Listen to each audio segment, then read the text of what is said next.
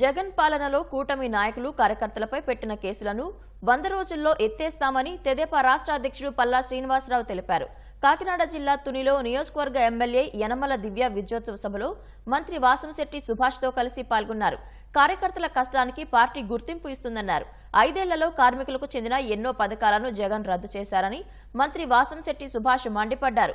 జగన్ ఒంటెద్దు పోకడలకు ప్రజలు ఓట్లతో బుద్ధి చెప్పారని యనమల అన్నారు. యనమల దివ్య విజయోత్సవ సభకు భారీగా అభిమానులు తరలివచ్చారు.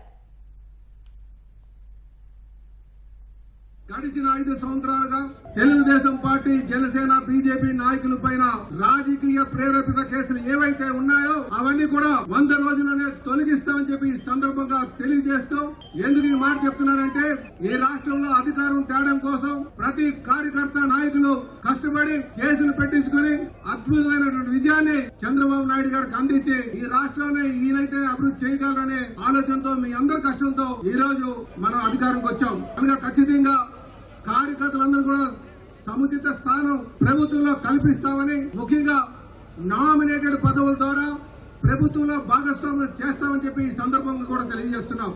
జగన్మోహన్ రెడ్డి గారు ఆయన నవరత్నాల మీద ఆధారపడి ఆయన మార్కు ఈ రాష్ట్రంలో ఉండాలి, ఆ నవరత్నాలు దేశమంతటా ఫాలో అవ్వాలన్న పిచ్చోహతో మొత్తం అన్ని పథకాలు కూడా ఆపేశారు. అలాగే ఈ యొక్క లేబర్ మినిస్ట్రీలో కూడా 13 పథకాలని ఆపేయటమే కాక 3000 కోట్లను డైవర్ట్ చేయడం జరిగింది. ఇవన్నీ కూడా నవరత్నాలకు డైవర్ట్ చేసి ప్రజాగ్రహానికి గురయ్యి ఈ రోజు 11 సీట్లతో సతికిల పడవలసి వచ్చింది. ప్రజాస్వామ్యాన్ని రక్షించుకోవడంలో ప్రజల యొక్క పాత్ర చాలా ముఖ్యం. అంచేత డబ్బులకు లెక్క చేసేటువంటి ప్రజలు కాదనేది కూడా మీకు ఈ సందర్భంగా మనం చేస్తున్నా. అది ఈ ఎలక్షన్ లో రుజువైంది. చాలా మంది 1000 కోట్లు ఖర్చు పెట్టిన, 100 కోట్లు ఖర్చు పెట్టిన వాళ్ళందరూ కూడా ఈనాడు ఓడిపోయారు. మొన్న 5 సంవత్సరాల్లో 100 కోట్లు సంపాదించారు. వాళ్ళంతా ఎలక్షన్ లో చేసి మనం గెలుద్దాం అనేటువంటి జగన్మోహన్ రెడ్డి లాగే చాలా మంది నమ్మకంగా ఉన్నారు. కానీ ఏమైంది, చివరికి గెలవలేదు, 11 సీట్లకు పడిపోయారు.